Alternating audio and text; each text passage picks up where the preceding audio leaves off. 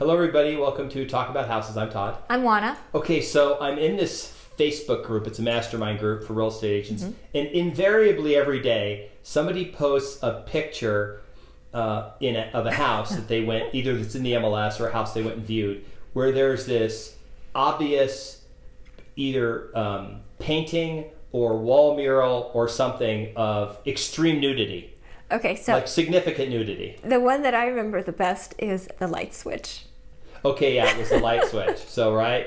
It was a light switch. Anyway, so what we want to talk to you about and explain is what are some specific things before you start showing your house that you should remove, okay? Or change. Or like paint over or whatever, and why this is important, okay? So let's start with the first one we just talked about with the nudity. Right. Okay. So I appreciate the human form, and I think it's lovely. I just don't know that everyone has the same appreciation that I do, or that everyone wants to see it. Right. So to that point, I would encourage you, if you are trying to sell your home, before you put your home on the market, notice I said before you put your home on the market, go through your home and see if there are any if there's anything that you thought was funny, but someone else might not think it's so funny, like that light switch that we were just commenting on, or other artwork or pictures or whatever it may be that has nudity. It is not that nudity is bad, but we are trying to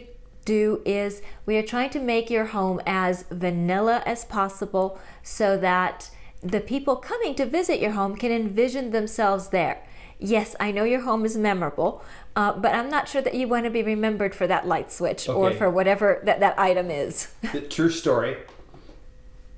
Now, very rarely do we work with buyers, but we took a buyer out who was an airline pilot to a house, and I was showing him the house, and we're walking through the house, and the people were there. They were in the living room talking.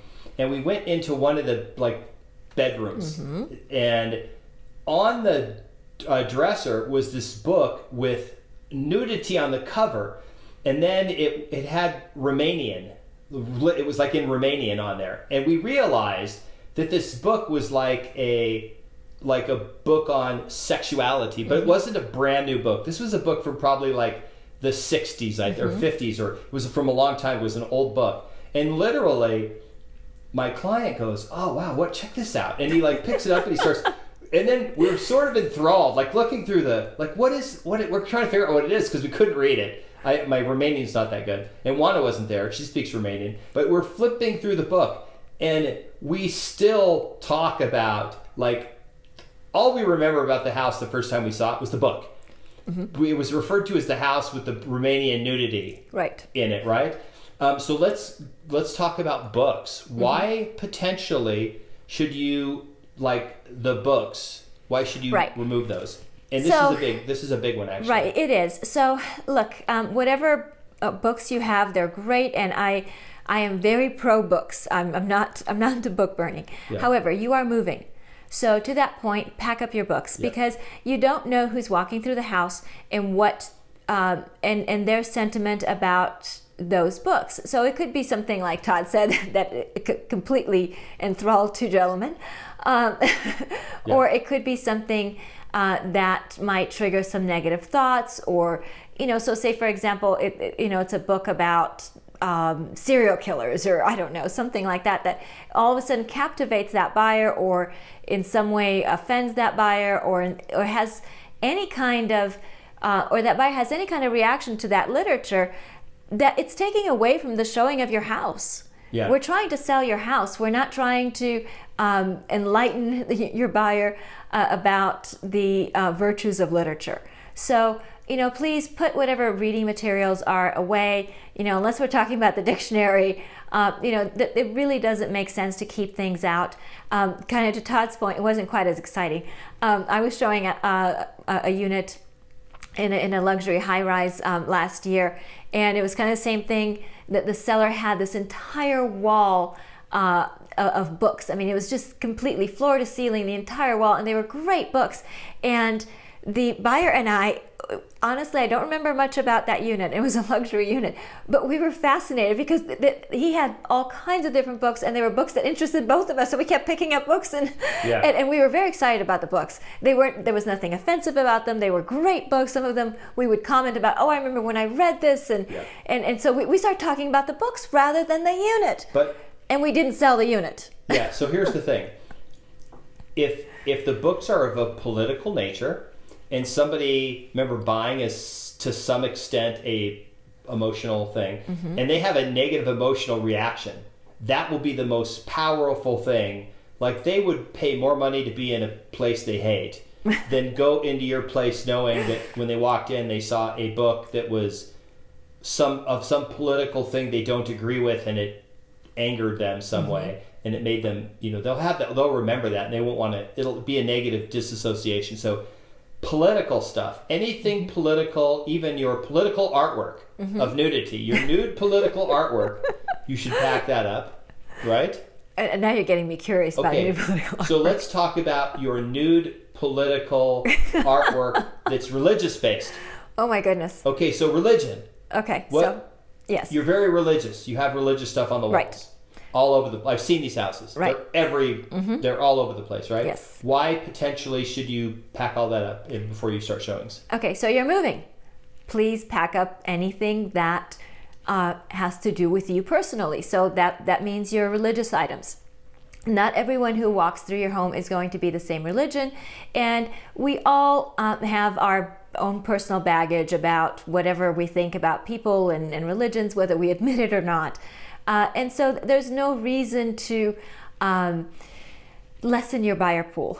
And there's no reason for a buyer to be in any way uncomfortable or distracted by religious items. And really, I think more of it has to do with a distraction than discomfort, to be honest with you. I don't think most people are uncomfortable around religious items as much as they are distracted by them.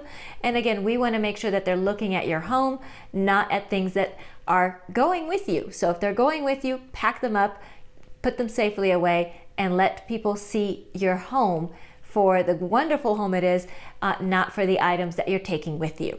What about that beloved stuffed pet? Okay, so we've run into this too. So some people, they love their pet very much, and their pet passed away, and they took it down to the taxidermist, and the taxidermist rendered a very lifelike piece of art.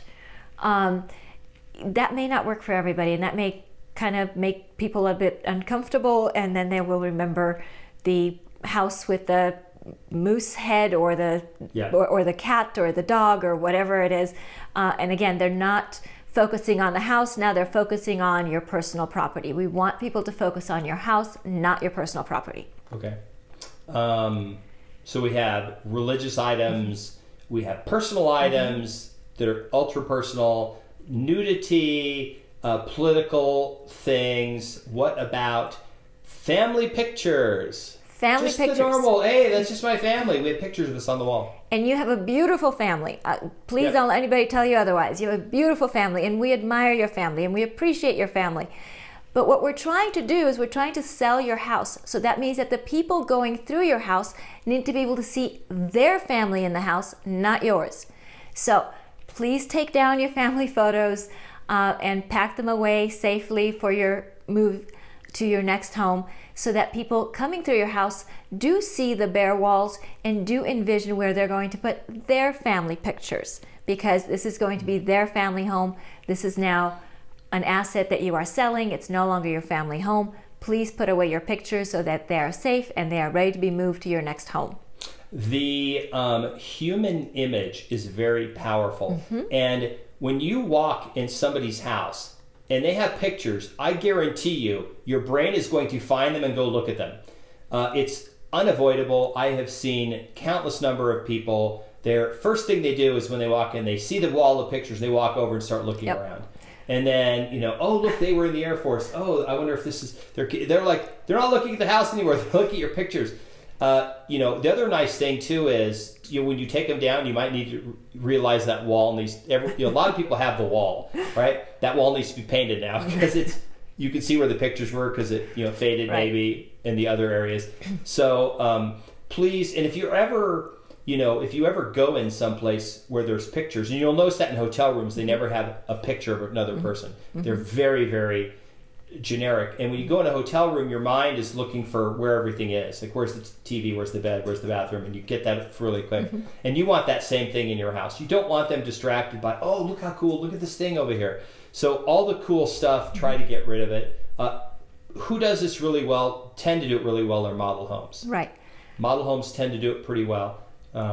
So I was showing a house, and there was a picture on the wall, and the picture was what looked to me like maybe a peach or some kind of a round fruit.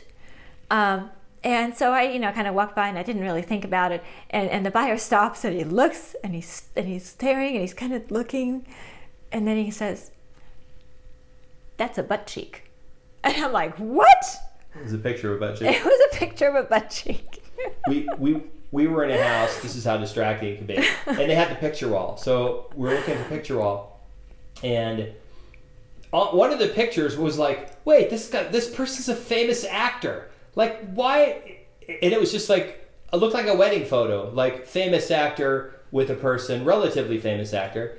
And it was like, oh, this is they're a relative. It's the brother to the person selling, the person that lives in the house. And it's like, and so all of a sudden it's like, oh, hey, look, I know who this person is. Like, what the hell, what's going on here? So try to, and if you ever have a question, ask your agent. Say, hey, we're selling the house. What kind of stuff should I remove? They'll probably get the clutter. That's number one, right? The clutter has to go because clutter is an emotional thing. A lot of people can't have a hard time with clutter. And then all the stuff we talked about, all those things. So this is Vegas, so we have to kind of finish up with a Vegas thing. Okay. So I had this listing, and make a long story short, in one of the rooms, I don't remember if it was the living room or if it was in the bedroom, there was a pole that one uses to dance. Okay? And so that became known as the orgy house. So whenever we talked about that house, that's right. Everybody, they have weird colors, like 5 different paint colors on the wall. The house was colorful. We'll put it that way. The house was colorful, but it had this pole, and it was just most. He didn't buy that house though, right? No, he did not buy. He ended up not buying the orgy house. Yes, I remember that house. That was I would say relatively recent, within the last 5 years. Yes, maybe, right? Yes. Okay, right. So yes, so the point is, please make your house as vanilla as possible. I've said that before. And the reason I use the word vanilla is because it's very neutral. Everybody likes vanilla. It's not exciting. We're not trying to make the house exciting. We're trying to make people be able to see themselves in the house. Not you. You're lovely, but you're leaving. Remember, you're moving. Yeah. So we need people to be able to see themselves in the house. So all these things that are specific to you need to be packed up nicely and put away so people can see themselves in the house. We're giving you this advice to sell your home quicker for more money, okay? Because you don't want anything to impede that. Okay. If you made it to the end of the video, thank you very much. Please subscribe, hit the notification bell. If you're selling your Las Vegas house, yes, then you could reach out to us. Our information's in the comments. And what else? And we're not against the poll. We're not against the poll. We have nothing against polls. I'm going to get a call tomorrow from the pole dancers union about why we're bashing people with. It's not a protected class. Pole dancers are not a protected class, but we're just saying that take the pole down before you and patch up the holes and everything. Yes. Before you sell. All right. So thank you for watching. Please hit the notification bell, like the video, leave us your comments below. If you've been out house shopping and you have found unique things in homes, please share that with us because we get a giggle out of them, and we like it when you make us giggle. All right. We'll see you on the next video. Bye. Bye.